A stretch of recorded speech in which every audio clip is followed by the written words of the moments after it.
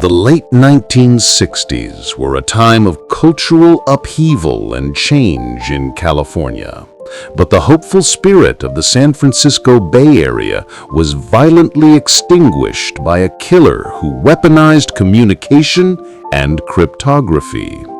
The Zodiac Killer began his spree with a chilling, almost mundane attack in December 1968, but it was his subsequent actions, the deliberate selection of secluded lovers' lanes, the targeting of young couples, and the theatrical correspondence he initiated with the press that elevated him beyond a common murderer into a figure of perpetual, mythic American fear. This was not just a series of murders, it was a psychological operation where the killer actively sought fame and challenged law enforcement to a deadly, public game of wits, ensuring his legacy as one of the most frustratingly brilliant criminal minds in history. The first confirmed attack occurred on the night of December 20th, 1968, on Lake Herman Road in Vallejo, claiming the lives of high school students Betty Lou Jensen and David Faraday. The killer fired multiple shots into their parked car before quickly disappearing. The crime scene suggested a planned execution-style attack, but initially it was treated as a possible lovers' lane squabble gone horribly wrong. It was the second attack, however, that confirmed the terrifying pattern and provided the first crucial psychological insight into the perpetrator. On July 4th, 1969, the killer struck again, shooting Darlene Ferrin and critically injuring Mike Mageau at Blue Rock Springs Park, also in Vallejo, an attack immediately followed by a chilling, anonymous phone call to the police dispatcher claiming responsibility for both incidents. The shift from the physical act of murder to the psychological warfare of communication began in August 1969. The killer mailed identical cryptic letters to three major Bay Area newspapers, the Vallejo Times-Herald, the San Francisco Chronicle, and the San Francisco Examiner. The letters contained specific details of the crimes that only the killer would know, proving their authenticity. The main purpose of the letters was to force the newspapers to publish a cipher, a scrambled 408-symbol message that the killer claimed contained his identity. This demand created immediate panic, thrusting the newspapers into a terrifying, active role in the serial killer's narrative and ensuring the entire nation became an audience to his deadly game. The cipher, later dubbed the Z408, was quickly cracked by a high school teacher and his wife, Donald and Betty Harden. The decoded message was profoundly disturbing, but did not reveal the killer's name. Instead, it was a self-aggrandizing rant claiming that the killer was collecting slaves for the afterlife and that he would not give up his name because it would slow down or stop my slave collecting.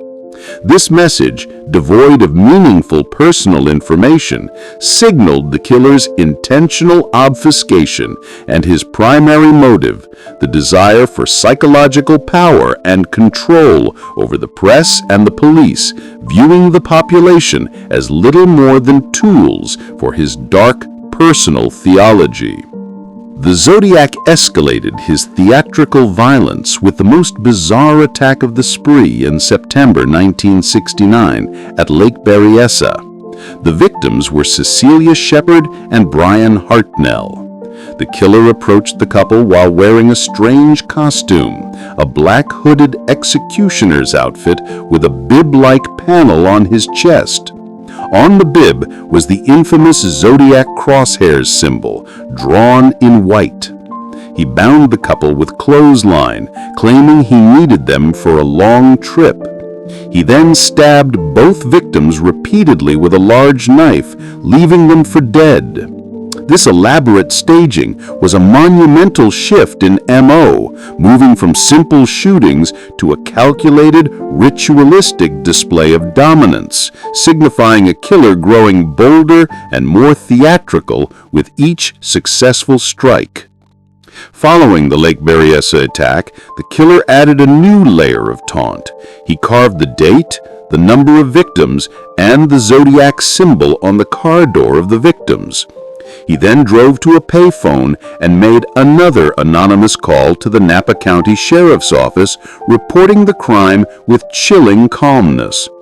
This act of reporting his own crime highlighted his deep need for recognition and his belief in his invulnerability, confirming that his pleasure was derived not just from the act of violence, but from the process of communicating his power to the authorities in real time. The final confirmed murder occurred just 2 weeks later in San Francisco. On October 11, 1969, taxi driver Paul Stine was shot point-blank in the head in the affluent Presidio Heights neighborhood.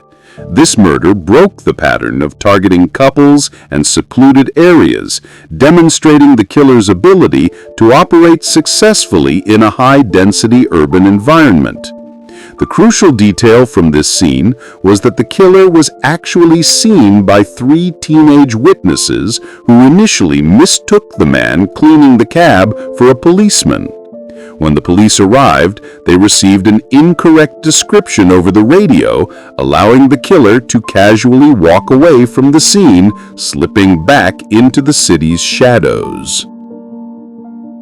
This police miscommunication at the Stine scene became one of the most frustrating aspects of the case.